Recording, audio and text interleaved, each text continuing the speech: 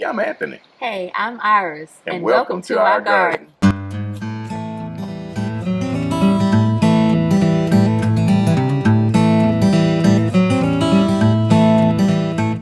Today, I'm going to show you the effects of the first frost and how some things work, some things didn't work. Let's start over here. So we used the mulch, and I'll talk about that in a little bit. So these are our Brussels sprouts, and under here is our greens. And they're nice, and I almost don't want to touch them because they're starting to come out. And so the Brussels sprouts are now, they're looking good. So the mulching worked.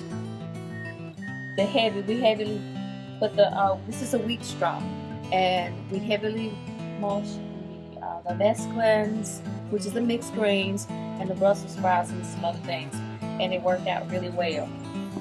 Okay, look at the tomatoes. That frost killed it.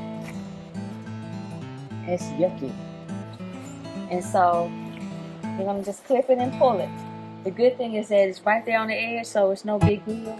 And I got some greens down in here. And you can see. Can you come in and see there? So the greens did good. They look good. Now I can put the rest of my greens out here. Okay. Here are some more greens. These we actually let the leaves out, and we just kept the roots nice and insulated, and they look lovely. Plus the collards love the frost. It makes them taste better. Okay, come on. And so rosemary, beautiful as ever. So that looks good. It even got some blooms on it from the last time. The strawberries, they're nested pretty good. And if you come in here, you can see that some of the oregano tips got a little burnt there. So some pruning to do here. I want you to look at the Malabar spinach that we've been growing over the summer. And so I wanted to see what would happen, and it killed it all back. And I brought one of the vines in the house, and I'm babying it to see how it does. So all of that's gone. So we'll clean this bed out, get ready for some more greens. These are my scraps that I took from some celery that you cut, and you use the celery, and then you have the tips left over, and I replanted them, and they look very well. I just got two right now. I got a third one coming in. And some involuntary. This is some garlic here, involuntary garlic. And underneath all of this mulch here is oregano. This is the Greek oregano, which is a ground spread cover. And so it's lovely. It's doing very well. And then this is the ginger. And as you can see, the ginger, even in the house, and the turmeric, it was affected by frost. Just a little bit of green in here. Now all I have to do in here is just snip it all the way back down to the ground and keep it heavily mulched, and in the spring it'll come back. And come over here. This is the medicinal bed with the lemon balm, and as you can see, the lemon balm right here was affected, and literally all I have to do with this is just cut it all the way back down. It'll come back up. The thyme did good. This is the basil. As you can see, basil is going to get killed in the frost. And this is the oregano, and it's got where it's just a little bit of frost light, and this is the seedlings. Everything else is good, and the thyme is good, because you know thyme won't give me time. The blackberries look good. Actually, they look really good. I thought maybe the frost would make the leaves turn, but no. What it would say, what doesn't kill you make you stronger. So come on.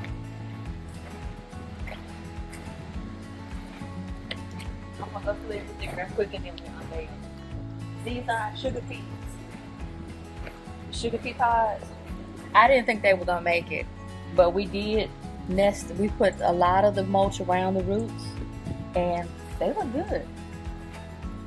They look very good. They may need a little bit of pruning, but they look good. Same here, some of them were affected. I can see, if you come in here, you can see where some of the pea pods were affected by the frost. And I believe it's because I didn't nest it really good with the mulch. And you can see the onions, they're all up.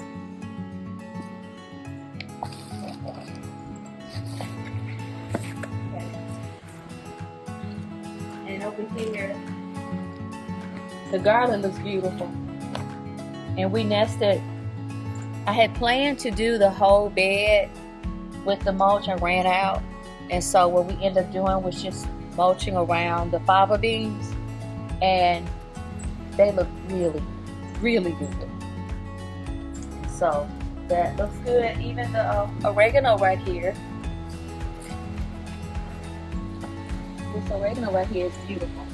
So it looks good. And so all of that looks good. Now right here, this is some of the figs, and as you can tell, the leaves were affected by the frost, and so it's gonna knock all the leaves off. Then we mulched it good, and so we just keep it covered up over the winter, and it'll pop back up in the spring. And so here's our other figs. These are babies. The ones I just showed you were babies from the big tree. I started propagating from the big tree to make some more figs. So I took cuttings from these to make the ones I just showed you. And this is interesting because you see all of this right here, the frost hit it, but then you got some green leaves. Strangely, the frost didn't hit it. And we still got some little figs on here, which I'm gonna have to cut them all off because they're not gonna ripen at this time. Same with this one here. We got the tops, which I understand, but and it got these, but it missed these here. Whew, who knew? So all those leaves are gonna fall off. And as you can tell, these are the blueberries. This is the bush. Look at that beautiful color. Once the frost hit it, it turns such a pretty vibrant. I guess that's reddish color. Reddish greenish color. And so, and then this is the Biloxi. And you can see the effects of it, the frost on it, and it's turning the color once it starts to die. And it's gonna go to sleep and then it'll come back. The chill hours make it produce more fruit. And then this is the Vermont. You can see the pretty beautiful leaves there. And you can tell I pulled all the basil up because it was going to die. And we already saw the peach tree, it's already dormant. Well, let me tell you about some gold for us composting people. You see these here? Our neighbor's tree. I hate to say that. Can I say that? As the tree falls, we got leaves. All of that is going into the compost bin. So that's gold for us. Yay! Alrighty. And so now let's uncover what's under these cloths to see how well they did. So let's start with the carrots and the beets and the radishes. Okay, so now we've uncovered the beets and the carrots and the radishes. And it doesn't look bad. They were just starting to pop up. And if you come in, you can see some of the carrots right in here starting to pop up. So you see that there. And because they were barely coming up, so now they got a little bit more to work through, which will probably make them stronger. And these are our radishes. These are our icicles radishes here. They got a little bit of damage, which I'm surprised with the claw. And so I'm gonna water everything in real good, and then it should be fine. And these are, so over here are the crimson, the giant crimson radishes, and they look good. They look really good. And the beets are over here. They gotta come back out through the mulch. So we're just gonna let it stay open, water it real good, and then we should be seeing them coming on up. One thing about the cool weather is the carrots are sweeter in the wintertime than they are in the Summer. in the spring. And so, and the beets like the sugar develops better in the wintertime than they do in the spring. All right. So now we're gonna look at the broccoli and the cauliflower over here. We covered the broccoli and the cauliflower, and they look great because they're cold weather crops. Even the peas, they look great. The pea pods look great. The basil, which is a warm weather, they did not do well. They all died back. So we'll pull them up. I put them in there, and I do think that it probably didn't make it because the roots were not established. I just planted them in there. Basil wouldn't have made it no matter what. It's out of I'm just season. hoping. My basil on the porch made it because it did not get touched by the frost. But the stuff out here, even covered, did not make it.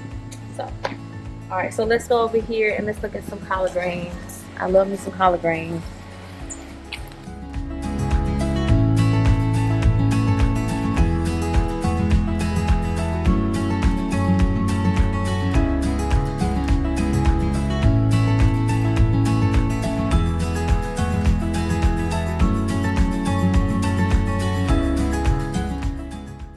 Alright, this is our other bed of broccoli, and it did well.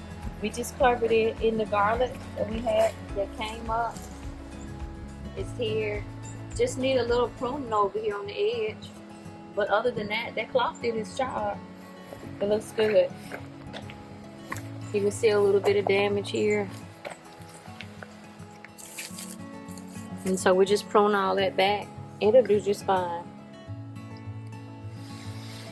Okay, come on now, let's look at some collards. So I did not lose any of the collards over in this bed. I planted 7, I believe, in this bed here. It might be a little bit advantageous with it, but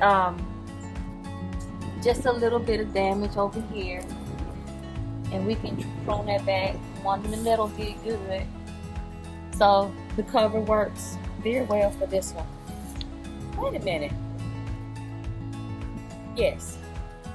I said, did we cover this one? Mm-hmm. Okay. No, we did not. So this one wasn't covered? Nope. Interesting. So this bed wasn't covered. But this bed was. You covered that bed because it had flowers in it. Yes, these are my salvas, then they didn't make it. They'll come back in the spring. So I pulled them and cut them back, and I lost one under the cover. That's interesting. So I didn't need to cover it. This one came, actually it grew while it was under the cover. And I lost this one right here, probably because it was already weak. And so, like I said, what doesn't kill you makes you stronger. And so, this bed was covered. The last bed was not covered. The last bed looks better. So I guess you don't have to cover your collard greens. That's a good test there. All right. Don't forget you got collard greens under the tomatoes. Yeah, and they did fine. I have 2 sets where that pole is right there.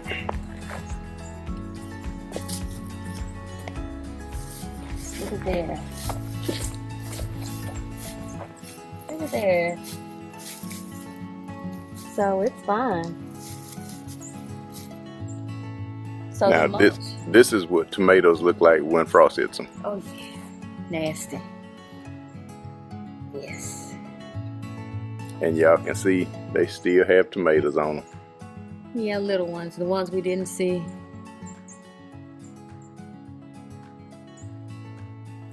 Alright. So there's the update from the frost and the effects of the first frost. Some of the tools we used, what worked, what didn't work. And I hope you learned something. I hope that you continue to follow us. Make sure you subscribe, you like and you share. And remember, you take care of the garden, and the garden will take care of you. Have a nice day.